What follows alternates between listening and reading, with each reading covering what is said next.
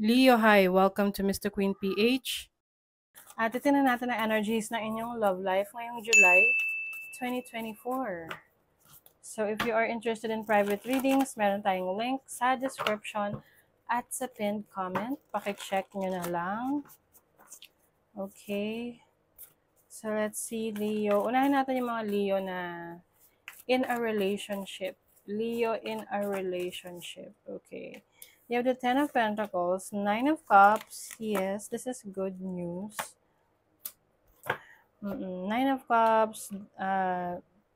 This is the Death card, which is endings, new beginnings, transformation. So, yung iba sa inyo, Leo, if you are in a relationship, maaring may naging malaking pagbabago sa situation nyo ngayon. Yung iba, you are starting your own family, merong pregnancy sa bahay, no? Pwedeng ikaw yung pregnant or yung partner mo. Kumbaga, nagsisimula na kayong bumuo ng inyong family. Let's see what else. You have the Six of Pentacles, the Moon, and the Nine of Pentacles. Yeah, I feel like you are getting ready for a major commitment in your relationship. Yung iba, pwedeng hindi pa kayo kasal, pero pinag-iipunan nyo na yung inyong kasal. I also see someone here na sobrang sipag. Pwedeng ikaw to or the person that you're dealing with. You might be dealing with a water sign, Scorpio or Cancer. Meron ding ditong pwedeng isa sa main concern ninyo sa relationship is pwedeng isa sa inyo or pareho kayo ay sumusuporta pa sa inyong family. Yung sa parents ninyo, sa mga kapatid ninyo. And I think, yung iba sa inyo, secretly, kumbaga hindi nyo na pinapaalam kung paano kayo nagsusupport doon sa family ninyo. Kasi, lalo na kung mag-asawa na kayo, depende kasi yan sa napag-usapan ninyo if okay sa inyo na to still support your immediate family, yung parents mo. But I see someone secretly giving support. Decisions.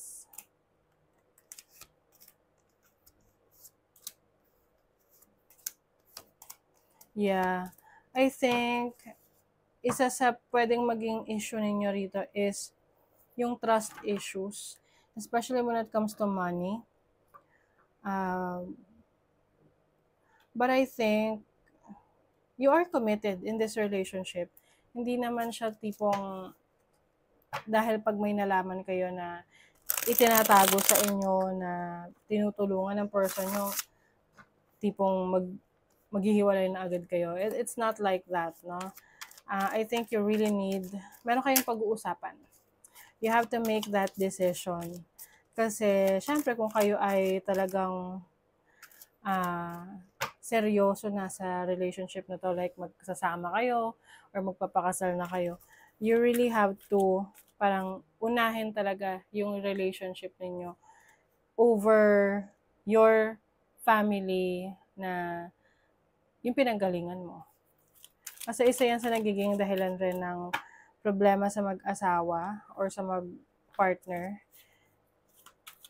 na okay lang kung hindi pa kayo kasal, diba? Kasi syempre, still, the parents, may mga parents kasi na gusto nila, sinusuportahan pa rin sila ng anak nila.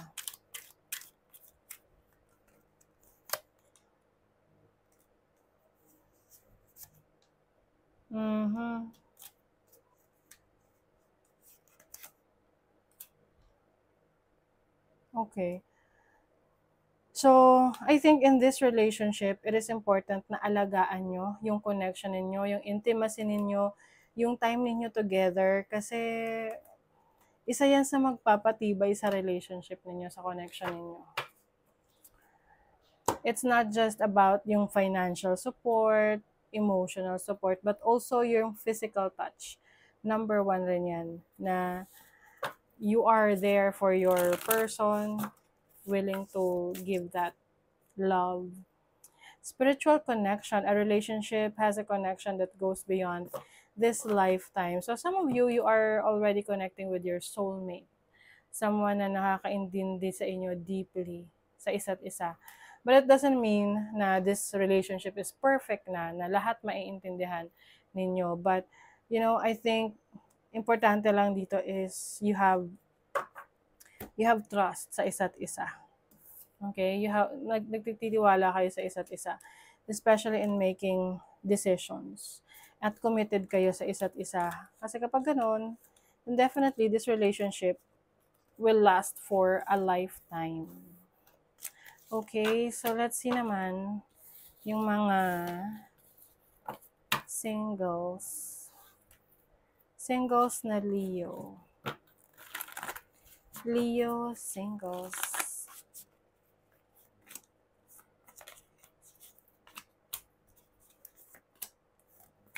There are some people who are interested in you. Kaya lang ang nakikita ko rito is, it's more on, yung, parang, ang tawag dyan? More on the fire side of a relationship na meron lang silang gustong makuha sa inyo. Or this can be a relationship na for fun. Okay? May mga may message, nagpapapansin, pero nothing serious. So you have to be careful kasi I see an energy na pwedeng mang-ghost after makuha niya yung gusto niya. 'Di ba? See? Tapos iiwanan ka na heartbroken.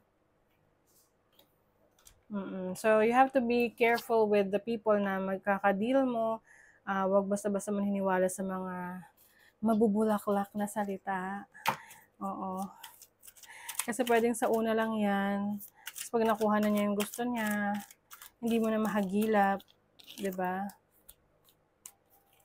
Meron kasi ritong magaling siya magsalita. Magaling siyang mangumbinsi. Flowery, mabulaklak ang kanyang Pwedeng itong person na to ay makilala mo sa isang club, sa bar, when you are partying, entrapment, so mag-ingat din if you are sexually active. Kasi may mga singles na sexually active, 'di ba? No strings attached, no commitment, pero they are sexually active. So, some of you are awakening, no? Nare-realize mo na hindi na ito ang tipo ng relationship na gusto mo. Gusto mo na ng seryosong commitment. Someone who can provide for you. But, yung iba nahihirapan kayong kumawala dun sa past, especially kung hindi pa kayo talaga totally nakaka-move on. Like parang nandun ka pa sa energy na gusto mong gumante. Oo. And yung pagganti mo na yon, yung iba sa inyo, naililipat nyo yung galit nyo doon sa person na next in line. 'Di ba? Let's say for example, nagkaroon ka ng traumatic experience, painful experience sa past relationship mo. And now, nung naging single ka, hindi ka na naging seryoso. You just, party and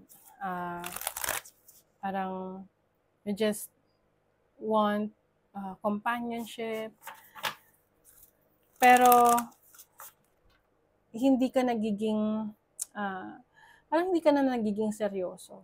And somehow, it can take a toll on you na parang maging makagawian mo na. To the point na hindi mo na alam if you are in love with the person or gusto mo lang ng good time. So, it's time for growth. Evolution starts when you leave your comfort zone, get comfortable with being uncomfortable. So, yung iba sa inyo, meron kayong iiwasan or iiwanan na situation or gawain nyo pagdating sa relationship. Pwedeng hindi na kayo magkakaroon ng mga short-term connections or yung mga friends with benefits relationship. Mas gusto mo na ng seryoso at kung wala man, edi wala, parang gano'n, no? So, but for you, you are growing. You are someone na mas nag-evolve yung personality mo. Okay? So, that is your reading, Leo. Thank you so much. Bye!